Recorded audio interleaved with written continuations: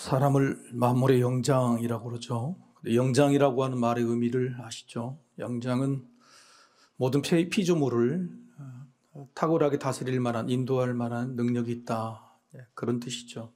근데 구체적인 그 단어의 의미는 영혼이 있기 때문에 영장이다. 영혼 영자를 쓰는 겁니다. 그래서 이 영혼이라는 게 세상의 모든 피조물을 이끌 만한 능력인 거죠. 굉장히 대단한 능력을 말합니다. 특별히 사람이 하나님의 영을 따라서 만들어진 그런 하나님의 영을 닮은 영혼이 있는 존재이기 때문에 그렇게 피조물을 대신 이끌어가는 능력을 부여받은 거죠. 하지만 이렇게 거의 완전하게 만드는 영혼이기 때문에 오히려 또 그 영혼이 스스로 타락해 버리는 그런 자가당착의 일이 있었죠. 선악과를 따먹지 말라는 하나님의 명령, 창조주의 명령을 어겨서 그 영혼이 자기가 가지고 있던 놀라운 지위, 그 거룩하고 깨끗하고 탁월한 능력들을 다 잃게 되고 만 겁니다. 영혼이라는 것이 이렇게 양면성이 있습니다. 영혼이라는 것이 가장 좋은 것이기도 하지만 좋은 만큼 또 죄를 교만해질 가능성이 많다고 하는 겁니다. 이후로 사람의 영혼이 꽤 많이 아프게 됐습니다. 그래서 깨지기가 쉬운 존재, 그게 바로 큰 영혼인 거죠. 참 재미있지 않습니까? 세상의 사자나 호랑이보다도 훨씬 더 탁월한 리더십을 갖출 만한 능력이 영혼이 있다는 것인데 오히려 그 영혼이라는 것이 오히려 사람을 망가뜨리는 그런 또 요인이라고 하는 것이죠. 여러분, 아무리 우리가 경험이 많고 또 수많은 지식으로 다쳤다고 하더라도 우리가 가진 이 영혼이요, 사람들의 말 한마디에 상처를 입고 낙심한 경우가 너무나 많은 것을 봐요. 세상을 다스리는 영혼인데 오히려 말 한마디에 상처 입고 헤어나지 못하는 경우를 본다. 심지어는 그 영혼이라는 것이 너무 능력이 탁월하기 때문에 자기 자신 스스로를 공경하는 것이 그렇죠. 여러분, 짐승 동물이 영혼을 가지고 자기 자신을 스스로 비하하고 공경하는 거 봤습니까? 그런데 영혼이라는 것이 사람에게 있는데 그 영혼이 오히려 너무 탁월하고 또 똑똑한 것이기 때문에 자기 자신을 공경한다는 겁니다. 그럼 그렇지, 또 시작이네, 딱 거기까지다, 이런 식으로 자기 자신을 공격해서 자기를 괴롭힌 거죠. 여러분, 세상에 많은 병들이 있지만은 요즘 가장 치료하기 힘든 병 중에 하나가 자가 면역 질환이라고 그러죠. 그러니까 자기의 면역 체계가 자기를 스스로 지나치게 공격해 버리는 자가 면역 질환, 치료하기가 참 어렵다고 합니다. 영혼이라는 것이 바로 그런 존재라고 하는 겁니다. 따라서 육신이든 영혼이든 이런 세상의 공격, 밖으로 외부로부터의 공격으로에 요동치지 않고 흔들리지 않는, 그게 사실은 진짜 능력입니다. 이것을 항상성이라고 그러는데요, 항상성이라는 말은 사전 말 그대로 하면 다양한 자극에 반응하여 개체 혹은 세포의 상태를 일정하게 유지하려는 성질이다 합니다. 그런데 이렇게 외부로부터 충격에 만약에 날씨가 차가워졌다 그러면 몸이 스스로 열을 내는 거예요. 그렇죠? 그럼 혈액 속에 있는 당의 수치를 스스로 조절할 수 있는 항상성을 하나님께서 창조하셨을 때는 완벽하게 만들어 주셨는데 영혼이 고장나면서 욕심도 고장나고 그래서 이게 다 어그러져 버린 거죠. 여러분, 육신의 항상성에 대해서 우리는 관심이 많죠. 그 항상성이 깨져버렸으니까 저처럼 이렇게 독감이 걸리지 않습니까? 그런데 육신의 항상성만큼 중요한 것은 영혼의 항상성이에요. 영혼의 항상성이 뭘까? 똑같은 식으로 해석을 하면 다양한 자극에 반응하여 영혼의 상태를 안정되게 유지하는 능력입니다. 세상의 수많은 우여곡절, 삶의 문제, 관계, 때로는 자기가 가지고 있는 실패나 모든 것 상관없이 그런 것으로부터 내 영혼을 일정 수준으로 유지하는 능력, 안정되고 평안하게 만들어가는 능력이 영혼의 항상성인 거죠. 여러분이 항상성이라는 것은 부모가 자녀들에게 바라는 것이기도 합니다. 저도 부모이지만 제가 자녀들에게 늘 기도하고 바라는 것은 이 항상성이에요. 여러분, 자녀들이 세상을 살아가는데 힘들고 어려운 일이 없을 리가 없죠. 또 그것이 없다면 인생이 아닙니다. 세상 당연히 죄와 악과 가운데 있기 때문에 어렵고 힘든 문제를 닥칠 수밖에 없어요. 그런데 그런 것에 상처를 받고 꼬꾸라져 버리면, 그래서 다시 그 다음날 일어나지 못하면 이게 문제인 거죠. 문제는 닥치고 어려움은 늘 우리에게 마주쳐오지만 그거에 상관없이 내 안에 영혼의 항상성이 있어서 다시 회복하고 다시 예전처럼 그 자리로 돌아가는 이 능력이 부모인 저로서는 자녀에게 가장 바라는 것이라고 하는 겁니다. 여러분, 하나님의 마음을 한번 생각해 보세요. 하나님은 우리의 아버지시잖아요. 그런데 아버지 하나님께서 자녀인 우리에게 가장 바라는 게 뭘까? 바로 이 영혼의 항상성인 거예요. 세상에 고난이 없다, 환난이 없다고 말씀하지 않으셨어요. 그러나 그런 고난과 환난 속에서도 네가 때로는 상처를 받고 때로는 실패할지라도 그 다음날 다시 일어섰으면 좋겠다. 그 다음날 다시 제자리로 찾아갔으면 좋겠다. 그 다음날 여전히 회복했으면 좋겠다. 우리 하나님 아버지가 바라시는 게 바로 그거라는 거예요. 교회 행에 상처받을 수 있지만 다시 다음 주일날 예배드리러 나오는 마음이 깨끗하고 평안하고 회복된 마음이었으면 좋겠다. 그렇게 말씀하고 계신다고 하는 겁니다. 여러분, 어쩌냐게 부부싸움 하시고 오늘 아침에 아내나 남편의 얼굴을 똑바로 쳐다볼 수 있습니까? 이게 항상성인 거예요.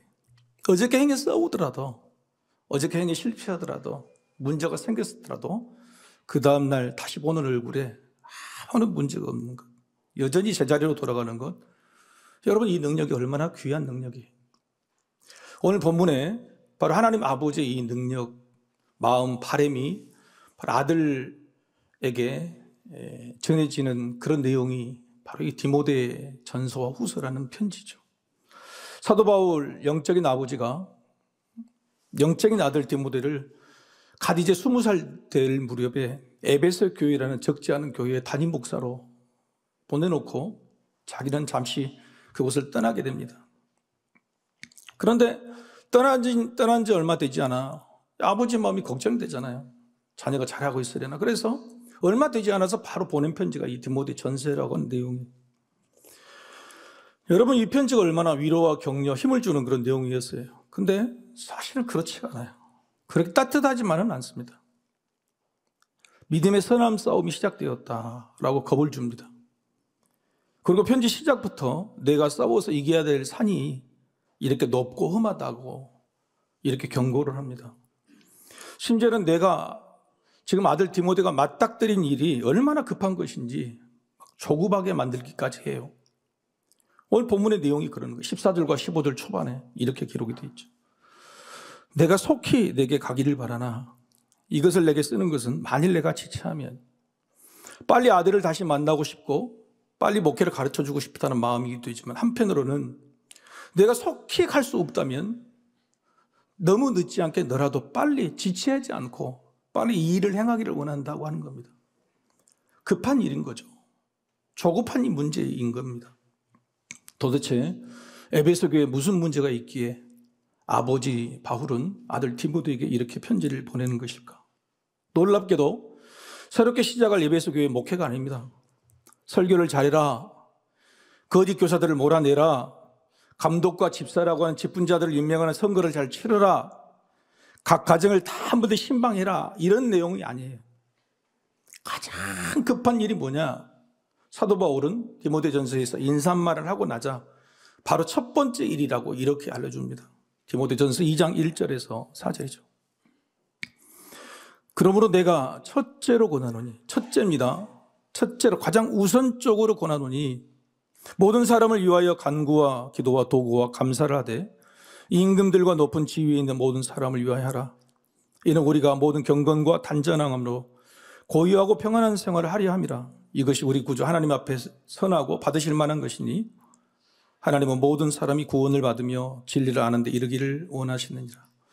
하나님은 하나님의 자녀가 구원을 잘 지키기를 원해요. 진리에 이르기를 원합니다.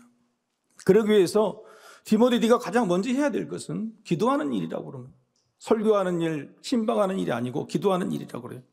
근데 그 기도가 어떤 기도나 이게 중요하단 말이에요. 진리에 도달하고 모든 성도들이 구원받는 그런 방법은 뭐냐면은 하나님이 가장 선하고 받으실 만한 하나님이 가장 원하시는 일이라고 하는 겁니다. 그것이 뭐냐? 다름 아닌 고요하고 평안한 생활이에요. 고요하고 평안한 신앙생활이에요. 지금 에베소 교회가 굉장히 혼돈스럽습니다. 그 혼돈스러운 교회에 많은 성도들이 영혼이 헷갈리고 힘들어합니다.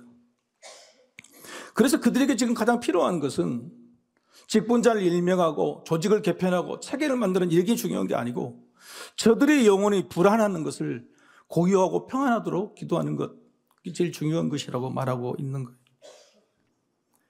여러분, 이게 영혼의 항상성을 위한 기도를 하라는 겁니다.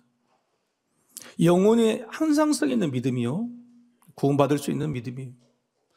수십 년 예수를 믿고도요, 교회 올 때마다 상처받았다고 하는 사람이 있어요. 교회 올 때마다 사람들과 비교하고 말 한 자리에 신경을 쓰고 늘 다투고 그런 불안한 사람들이 있단 말이에요. 여러분, 이런 마음을 가지고 있는 사람들이 어떻게 주님 오실 때까지 그 믿음을 지킬 수 있겠어요? 무엇이 오든 어떤 일을 당하든 내 영혼이 편하고 안정스러워서 흔들리지 않는 사람, 이런 영혼의 항상성에 있는 사람이 믿음을 지키는 거예요. 그런 사람들이 구원에 도달하는 거라 사도 바울은 그 이야기를 당부하고 있는 거예요. 무슨 말입니까? 네가 해야 될 일이 그게 아니고 아들 디모데 너부터 그 일을 해라는 겁니다. 20살 갓 이제 목회지에 부임받아서 얼마나 두렵고 떨리겠느냐, 네 영혼이 얼마나 불안하겠느냐. 그러나 가장 먼저 해야 될 것은 바로 그것이다.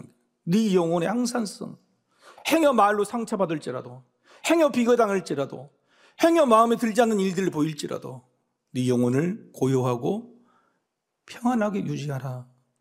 그게 가장 큰 조급한 일이다. 이렇게 말하고 있는 거예요. 여러분, 사람은요, 흔들리지 않는 힘이 안에 있어야 돼요. 여러분, 그런 사람을 보고 안정을 얻는 거예요. 자기 집에서도 어떤 문제가 됐든 흔들리지 않는 어떤 한 사람이 있다면 그 사람이 가정을 이끌어가는 거예요. 올림픽을 준비하는 선수는 4년 동안 혼신을 다해 준비합니다. 단 하나의 그 메달, 한순간의 그 시합을 위해서든. 훈련 때는 평상심을 유지하지만은 막상 시합에서 어떤 경우 부상을 당하든 어떤 상황이 되든 그 항상심을 유지하는 게 너무너무 중요해요. 저는 이번 파리 올림픽 때 가장 기대를 많이 했던데 가장 많이 실망을 했어요. 유도였어요. 여러분, 유도를 제가 참 좋아해요. 어렸을 때 유도를 좀 했거든요. 근데 유도를 막 보는데요, 맨날 일본 놈들한테 지는 거예요. 너무 화가 나가지고. 근데 마침 결승전에 올라가는 경기가 하나 있었어요. 얼마나 여러분 준비하고 기도하는 마음을 봤는지 몰라요. 근데 올라가자마자 한판패로 져버리네. 여러분, 이때 이 결승전에 올라간 선수가 누구냐면 김민종이라는 선수였어요. 덩치가 이렇게 좋고. 근데 이 사람이 이 올림픽 가기 전에 이미 세계 선수권에서 우승까지 했던 사람이에요. 충분히 1등 1인자예요. 그런데 결승전에 딱 맞붙은 선수가 누구냐면은 프랑스, 거기가 홈 아닙니까? 우리 프랑스에서 파리에서 열렸으니까. 머리가 하나 정도 더 있는 2m짜리 거구가 와서 달라붙은 거예요. 그런데 이 김민정 선수가 얼마나 많이 준비했겠어요, 그 사람을 맞닥뜨린 상황을. 그런데 그 보는 순간 주눅이 들어가지고 고개를 숙였대요. 근데 고개를 그 숙인 순간에 한판패를 당해버린 거예요. 훗날 김민정 선수가 중학생, 고등학생 유도 선수 후배들하고 맞대를 하면서 가르쳐 줍니다. 그때 이 이야기를 해요. 중학생, 고등학생이니까 김민정 선수보다 더 작잖아요. 걔들한테 뭐라고 그러냐면, 내가 결승전에서 너처럼 니보다 큰 사람 앞에 고개를 빳빳이 들여야 되는데 고개를 숙이는 한순간에 한판패를 당했다. 니보다 강력한 상대가 있다면 바로 그 사람을 위해서, 그 순간을 위해서 준비했던 것처럼 고개를 빳빳이 들어라. 네 마음에 흔들리는 것을 절대 들키지 마라. 여러분, 인생이란 거 이런 거예요. 뭐 능력이 탁월해가 되는 게 아니고요, 늘 우리는 준비하면서 살죠. 결정적인 어떤 한순간을 위해 준비하면서 사는데, 문제는 그 실전에서 바로 그 순간에 우리 영혼이 두려워하지 않는 항상성을 유지하느냐, 고개를 숙이지 않느냐, 바로 여기에 달려 있다고 하는 거예요. 여러분, 하나님은요, 사랑하는 하나님의 자녀들을 세상에 보낼 때마다 늘 이게 걱정이 되셨어요. 그래서 아브라함에게도 늘 고향 아비집을 떠날 때마다 그때 뭐라고 말씀해요? 두려워하지 말라고 그랬어요. 두려워하지 말라. 내가 함께한다. 모세에게도 그랬고요. 야곱, 요셉도 마찬가지였어요. 다윗에게도 그랬고 솔로몬에게도 그랬고 모든 사람에게 하나님께서 하신 말씀 뭐냐면 두려워하지 말라는 거예요. 떨지 말라고 하는 겁니다. 하나님의 형상으로 만들어 놓은 사람들에게 가장 걱정되시는 게 뭐냐?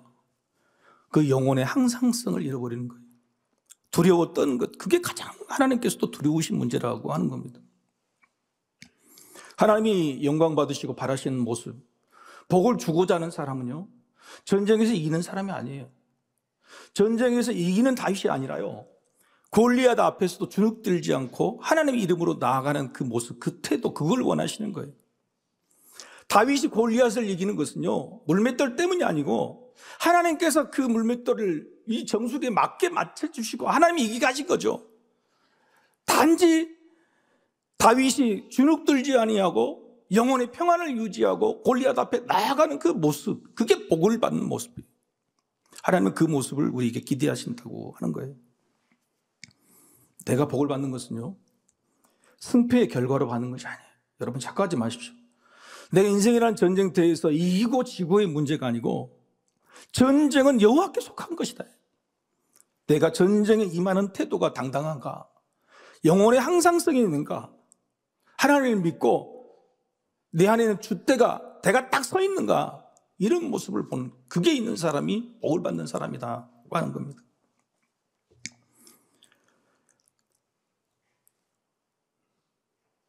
아버지 바울은 아들 디모데에게 에베소 교회 목회를 잘하라고 말하는 것이 아니에요.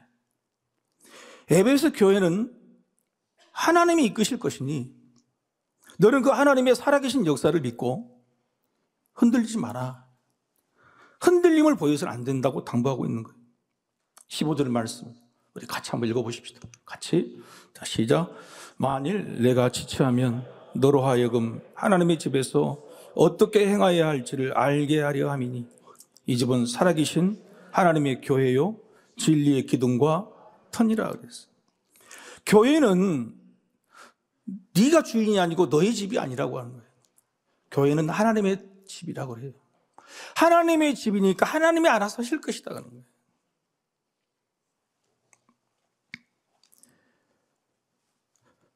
우리가 뭘 행하기 전에 아들 디모데에게 이런 일을 해라고 망령하기 전에 아버지 바울은 본질적인 것, 교회의 주인은 누구냐, 교회의 본질은 뭐냐는 것을 미리 새기도록 이렇게 말씀하고 있는 겁니다. 여러분, 교회는 하나님의 집이에요. 여러분 가정도 하나님의 집이신 걸 믿으시기를 소망합니다. 하나님이 세워주셨고 하나님이 지금까지 이끌어 오셨기 때문에 앞으로도 이끌어 가실 거예요. 사람인 우리가 늘 흔들리고 늘 두려워하는 우리가 이끌어가는 건 아니에요. 하나님이 이끌어 가시는 거예요. 그래서 사도 바울은 오늘 본문에 뭐냐면 살아계신이라고 말을 붙여요. 살아계신 하나님. 하나님이 살아계셔서 네 삶을 이끌어가고 기둥처럼 버티고 계실 것이니 너는 그 하나님을 믿고 너는 담대하라, 흔들리지 마라 이렇게 말씀하고 있는 겁니다. 한국 교회가 많이 흔들렸습니다. 너무 많이 흔들려서 교회도 성도도 많이 떨어져 나가고 말았죠. 언제 그랬냐면 코로나 때 시작을 했어요. 그러니까 코로나 때 많은 성도들이 교회를 나오지 않고 지금까지 나오지 않고 있는 이유는 뭐냐면 바로 그때 교회가 흔들려서 그랬어요. 교회가 흔들리지 않았다면, 교회가 세상을 지탄을 받는 행동을 하지 않고 교회가 복음을 잘 지키고 흔들리지 않았다면 성도들은 흔들리지 않았을 겁니다. 그런데 그때 수많은 교회가 흔들리고 말았어요. 지탄을 받을 만한 행동들을 했고 교회가 서로 싸우고 다투고 본질을 지키지 못하고 믿음이 흔들렸었어요. 그런 성도들이 믿음을 지키지 못한 거예요. 여러분, 아무리 성도들의 삶이 세상에서 흔들리더라도 교회가 굳건히 붙들고 있으면요, 주일에 와서 예배 드릴 때 다시 회복되는 거예요. 영혼의 항상성을 다시 한번 회복하고 집에 가는 거예요. 그런데 주일날 교회 오면 교회가 여전히 시끄럽고 고요하거나 평안하지 않고 힘들어한다. 교회가 흔들리면요, 성도들은 더더욱 흔들리게 마련인 것이죠. 교회는 따뜻한 어머니의 품처럼 폭풍 후 지진이 와도 안길 수 있는 곳이어야 하는 거예요. 여러분, 이번 명절이잖아요. 명절 때 자녀들이 집에 오면요, 집이 고요하고 평안해야 돼. 세상에 힘들고 어려운 일은 다 있겠죠. 자녀가 왔으니까 부모들이 할 말 못 할 말, 힘들다, 아프다, 어렵다, 걱정이다, 이런저런 그런 이야기 하지 말고 어떤 바람과 폭풍 앞으로도 고요하고 평안하고 흔들리지 않는 모습을 보일 때, 그럴 때 자녀들이 집에 오고 싶은 거예요. 집에 오면 평안해지니까, 회복되니까. 여러분, 이번 명절 기간에 옆 사람한테 이해합시다. 싸우지 맙시다. 싸우지 맙시다. 어떤 일이든 화내지 말고 싸우지 말고 고요하고 평안함을 유지해야 돼요. 여러분, 이게 진짜인 거예요. 교회도 마찬가지인 거예요.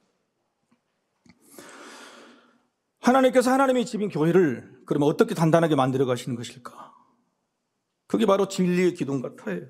진리로 만들어 가세요. 바로 그 진리는 바로 예수님입니다. 예수님. 그래서 진리의 기둥인 예수님을 통해서 하나님의 집인 교회를 만들어 가고, 하나님이 터인 그 교회에 진리의 기둥, 예수라는 기둥을 딱 세우셔서 만들어 간다. 사도 바울은요, 이것을 오늘 아들에게 간증을 해요. 경탄의 마음으로, 탄성으로, 찬양으로 고백을 합니다. 그 16절 초반에 바로 이 말이에요. 크도다 경건의 비밀이요, 그렇지 않다 하는 이 없도다. 이 말이 무슨 말이에요? 내가 수십 년 하나님을 위해 살고 복음을 전하고 엄청나게 많은 죽을 고비를 넘겼지만 세상에 예수라는 기둥을 부인하는 사람은 없더라. 세상에 어떤 것도 예수면 되더라. 크도다 이 놀라운 경건의 비밀이요, 나는 흔들리지 않는 비결을 알았도다. 세상 사람도 바로 이것 때문에 교회를 무시하지 못한 그것이 뭐냐? 바로 진리이신 예수 그리스도, 바로 그 기둥이다 하고 고백하고 있는 거예요. 그리고 아버지인 그 입에서 아들 디모데에게 너도 네 영혼이 흔들리지 말고 예수라는 진리의 기둥이 네 안에 있어서 흔들리지 않았으면 좋겠다. 네가 흔들리지 않으면 교회도 흔들리지 않을 것이고 성도들도 흔들리지 않을 것이다 라고 말하고 있는 것입니다. 누구보다 아들 디모데를, 아버지 없이 자라난 아들 디모데, 그리고 성격이 온순하고 온유한 디모데의 그 모든 것을 아버지인 사도 바울이 너무너무 잘 알았기 때문에 지금 디모데에게 가장 시급한 것이 뭐냐면은 흔들리지 않는 영혼의 기둥을 세우는 것, 바로 이거라고 생각하는 거예요. 여러분, 사람도요, 그게 보여야 돼요. 여러분, 같이 인생을 같이 걸어갈 수 있는 사람은요, 줏대가 있는 사람이에요. 대가 있어야, 그 대가 뭐냐면 기둥인 거예요. 그 기둥이 뭘로 세워졌느냐? 저 사람이 있는 기둥은 흔들리지 않더라. 어떤 바람이 불어와도 딱 단단히 세워졌더라. 그러면 그 사람은 같이 갈 수 있는 거예요. 아무리 가진 건 많고 아무리 세상적으로 인기 있고 높은 사람이라도 늘 영혼이 흔들리는 사람, 늘 두려워하고 떠는 사람 앞에는 절대 같이 갈 수 있는 게 아니에요.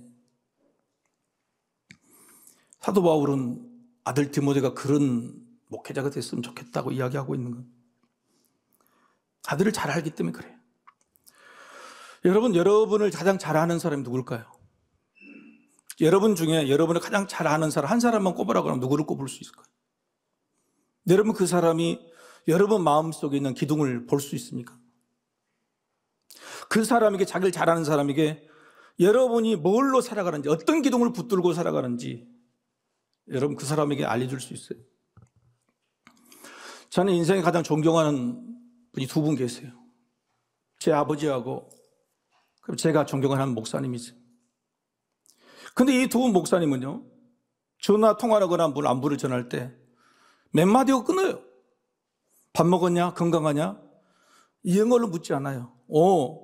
이야기를 하고 이 두 분이 놀랍게 똑같이 묻는 말이 있어요. 어찌 교회는 평안하고? 이거 딱 두 분이 똑같이 물어봐요. 어찌 교회는 평안하고? 예, 평안합니다. 그럼 한결같이 하시면 그럼 됐다. 그 두 분은 저를 너무너무 잘 알고 계세요. 강주성이랑 강목사라는 이 사람의 기둥이 뭐냐? 교회예요, 교회. 저는. 교회가 불안하면 제 인생이 불안해요. 교회가 평안하지 않으면 제 인생이 평안하지 않아요. 근데 내 안에 있는 세워진 기둥이 교회임을 알고, 교회가 평안하냐? 예, 평안합니다. 그러면 너는 당연히 평안할 줄 믿어주는 거예요. 알고 되는 거예요.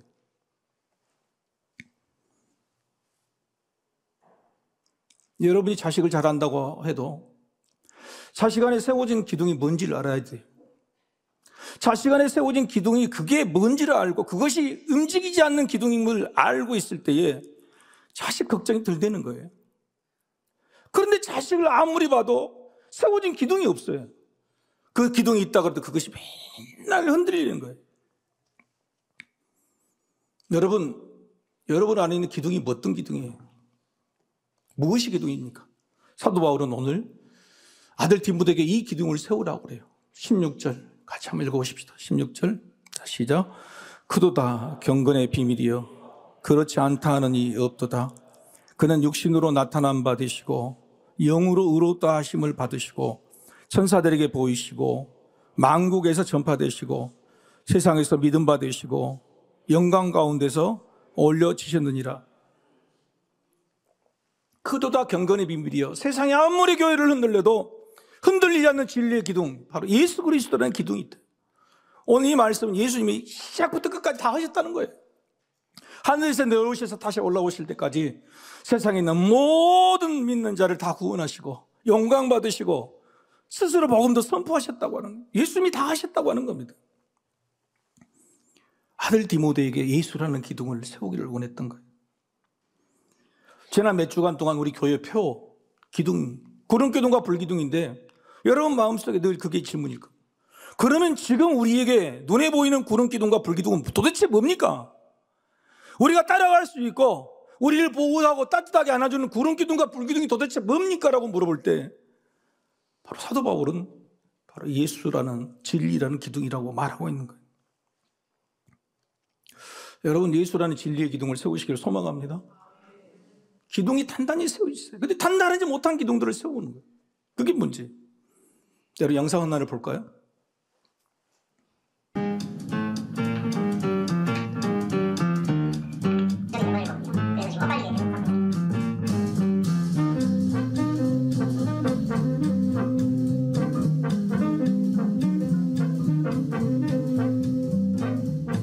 늘 이럴 때 보면 먹지도 않고 그냥 이것만 하니까 사실 걱정돼요.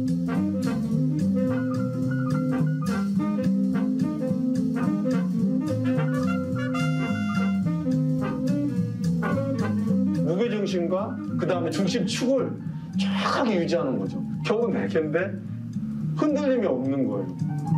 네. 여러분 이건 카푸라라고 하는 나무 토막이에요. 조그만 퍼즐 같이 맞는 건데 이번 명절 때 이걸 하시기를 적극 추천합니다. 뭐 화투 치지 마시고 다른 거 하지 마시고 이걸 집중적으로 자녀들과 같이 한번 만들어 보자는. 근데 여러분 이 카푸라하고 열기구거든요. 열기구. 엄청난 큰 풍선 열기구를 만들었는데 뭘로 받치고 있는 거예요? 여러분 마지막 보죠. 기둥 4개. 10cm에서 5mm 두께 이 기둥 4개로 받친. 그러면서 이 사람이 뭐라 하냐면 이보다도 5배 더 큰 열기구도 만들 수 있다. 기둥 4개로. 여러분요. 인생의 짐이 무겁다고 말씀하지 마세요. 기둥이 안 세워져 있으니까 무거운 거예요. 기둥 4개만 잘 세워져 있으면요. 어떤 인생의 짐, 무거운 짐이도 다 짊어질 수 있는 거예요. 어떤 바람이 와도 흔들리지 않는 거예요. 여러분의 기둥은 뭘까요? 여러분 마음속에 세워진 기둥이 뭐예요 도대체? 자식이라는 기둥이요? 여러분 자식은요. 기둥이 아니라 기둥을 뽑아가는 놈들이에요. 기둥뿌리를 뽑아가는 놈들이 자식이에요. 근데 그 자식을 기둥이라고 삼고 사는 사람들 기둥뿌리가 남녀 통째로 뽑히는 거예요. 여러분 건강한 기둥이니까? 여러분 건강이라는 기둥이 얼마나 부실해요. 얼마나 시금털털하냐고요. 여러분 인생에 있는 돈, 우리가 기둥이라고 세우자 하는 것들이 얼마나 바람에, 풍랑에, 무게에 약한지를 여러분 아시잖아요. 앞으로는 어떤 더 무거운 짐이 올지 모르지만 그 짐을 넉넉하게 지고 흔들리지 않게 지고 가는 것은 바로 예수라는 이 기둥밖에 없다고 바로 바울은 자신의 인생 경험을 통해서 아들 디모데에게 알려주고 있는 겁니다. 그다음 도대체 예수 기둥을 세우는 믿음이 뭘까? 나에게 예수 기둥이라는 것을 어떻게 세울 수 있을까? 여러분, 그것은 간단해요. 성삼위 하나님이 우리를 도와주시는데요, 도와주는 이미지가 달라요. 여러분, 하나님은 어디서 도와주신다고 생각하죠? 우리는 주로 위에서, 하늘에서 도와주신다고 생각하죠. 성령님은 어디서 도와주시죠, 나를? 잘 모르세요. 파라클레이토스라고요. 성령님의 원래 언어는 곁에서 도와주시는 분이. 그래서 성령님은 내 옆에서 나를 도와주시는 분이에요. 자, 하나님은 위에서 나를 도와주신 분이고, 성령님은 옆에서 나를 도와주시는 분. 예수님은 어디서 도와주시죠? 희한하게 예수님은 항상 성도들이 그래요. 1, 2부 똑같아요. 내 안에서 도와주신다고. 내 안에서 도와주신다. 위에서 도와주신 하나님, 옆에서 도와주신 성령님이 아니라 예수님은 내 안에서 나를 도와주신다고. 예수님이 제자들에게 이렇게 말했어요. 이제 제자들이 남겨질 거 아니에요. 세상은 너희를 미워할 것이다 그랬어요.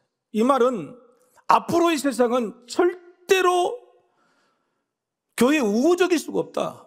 계속적으로 너희 미워할 수밖에 없다. 그러나 그때마다 흔들리지 마라. 두려워하지 말라. 머뭇거리지도 말라. 그리고 이유를 말씀해 주세요. 그게 뭐냐? 세상이 너희를 미워하는 것이 아니라 나를 미워하는 것이라고. 이 말이 무슨 뜻이에요? 예수님은 이미 제자들과 내가 너와 하나라는 거예요. 내가 네 안에 있고 네 삶을 사는 것이란 말이에요. 그래서 너를 미워하는 것이 아니라 나를 미워하는 것이라고 말하는 거예요. 사도 바울은 그래서요, 예수라는 기둥을 딱 세우고 나서 이제는 내가 사는 것이 아니요, 내 안에 예수 그리스도 예수로 산다고 했어요. 여러분, 예수라는 기둥을 세우는 것은 절대 착각하시면 안 돼요. 우리는 예수를 닮아간다고 생각하는데, 자, 여러분 스스로는 내가 예수님을 절반쯤 닮았다. 왜 비웃습니까? 스스로 영혼의 상처를. 여러분, 예수를 닮아가자고 그렇게 말해도요, 예수를 닮아가는 성도들 많지 않아요. 닮아가는 삶 사는 사람들 많지 않아요. 개념이 틀렸다는 겁니다. 예수를 닮아자고 말하는 것은 사도들과 같은 목회자가 말했지만 예수님은 그렇게 말씀하신 적이 없어요. 나를 닮으라고 하신 말이 없어요. 그렇게 해본 적이 없어요. 뭐라고 했냐면 나는 네 안에 있다고 그랬어요. 너와 나는 하나라고 말씀하세요. 예수님은 나를 닮는 게 아니라 내가 너의 삶을 살아줄게. 내가 네 안에 너의 인생을 내가 이끌어갈게라고 말씀하고 계시는 거예요. 우리 믿음이 늘 믿음의 능력을 발휘하지 못하는 것은 예수를 믿는다고 하지만 예수와 우리는 늘 따로예요. 따라갈 수 없는 예수님을 우리가 닮아간다고 따라간다고 폼잡고 있는 것이에요. 예수님 그게 아니에요. 우리 안에 들어오셔서 나의 죄를 짊어지셨어요. 그래서 예수님은 나예요. 예수님은 나의 생명을 새롭게 하나가셨어요. 내 생명은 그래서 내가 아니라 예수 생명이에요. 예수님은 내 안에 들어오셔서 나 자신이 되어서 오늘도 우리와 함께 계신다고 하는 거예요. 여러분 믿으시길 소망합니다. 따라서 신앙에 예수 기둥을 세운다는 것은 예수를 닮아가는 것이 아니고요, 처음 전제 예수는 내 안에 계셔서 나와 하나 되신 분이다. 예수님은 이것을 간절히 바라셨어요. 그래서 마지막 십자가를 지시기 전에 대제사장이 기도를 할 때 이렇게 하나님께 기도를 해요. 아버지와 나가 하나인 것처럼 네 제자들도 나와 제자들이 하나인 것을 알게 하소서. 그게 제자들의 믿음이 흔들리지 않고 영원히 항상성을 유지해서 세상을 미워하는 저들을 미워하는 세상을 향해 흔들리지 않는 비결이 그거다. 네와 나는 하나다. 여러분, 세상에 있는 많은 종교, 특별히 불교는요, 마음이 평온하고 고요한 것을 최고로 치죠. 그래서 그들이 참선을 하고 수도를 할 때의 목표가 뭐냐면 물아일체예요. 물아일체. 세상과 나가 하나가 되는 거예요. 범아일이요. 세상에 있는 모든 존재와 나가 하나가 되는 것이. 그런데 이렇게 해서 세상에 있는 근심 걱정에서 벗어날 수가 없어요. 그리스도교는 뭐냐면 주와 일체예요. 주님과 내가 하나가 됐다. 주님과 나가 내 안에서 하나가 됐다는 이것들을 느낄 때, 이걸 믿게 될 때 우리 안에 예수라는 기둥이 흔들리지 않게 세워지는 것이고 어떤 짐도 지고 갈 수 있는 것이고 어떤 바람에도 흔들리지 않을 수 있다고 하는 겁니다. 아버지의 마음은요, 자녀가 잘 살지는 못해도 흔들리지 않고 끝까지 가기를 원해요. 걸음은 하나님이 인도하시고 전쟁은 하나님이 이끄시지만 적어도 흔들리지 않게 그 영혼의 평안함을 유지하고 끝까지 가기를 바라는 것이 아버지의 마음. 디모데전서라는 편지를 쓰고요, 아버지 사도 바울은 다시 디모데후서를 또 씁니다. 결국은 아들을 못 만났어요. 그리고 디모데후서라는 유서 같은 편지를 쓰고 제일 마지막에, 유서의 제일 마지막에 아버지는 아들 디모데에게 바로 이 말로 축복해요. 이게 진리고 이게 진짜이기 때문에 그래요. 그 디모데후서 아버지가 아들에게 준 마지막 말씀 4장 22절 여러분 같이 한번 읽어보시죠. 시작. 나는 주께서 내 심령에 함께 계시기를 바라노니 은혜가 너희와 함께 있을지어다. 나는 주님께서 네 심령, 네 영혼에 함께 하나가 되어 있기를 바라노니. 이게 바로 하나님 아버지가 사랑하는 자녀들에게 원하시죠. 예수라는 기둥으로 하나 되어 흔들리지 말고 살아라. 여러분 이번 명절 기간에 흔들리지 않게 되기를 소망합니다. 믿음에 굳게 예수 기둥으로 세워서 여러분의 가정, 삶 모든 곳에 흔들리지 않는 평안함이 있기를 주님 이름으로 축복합니다.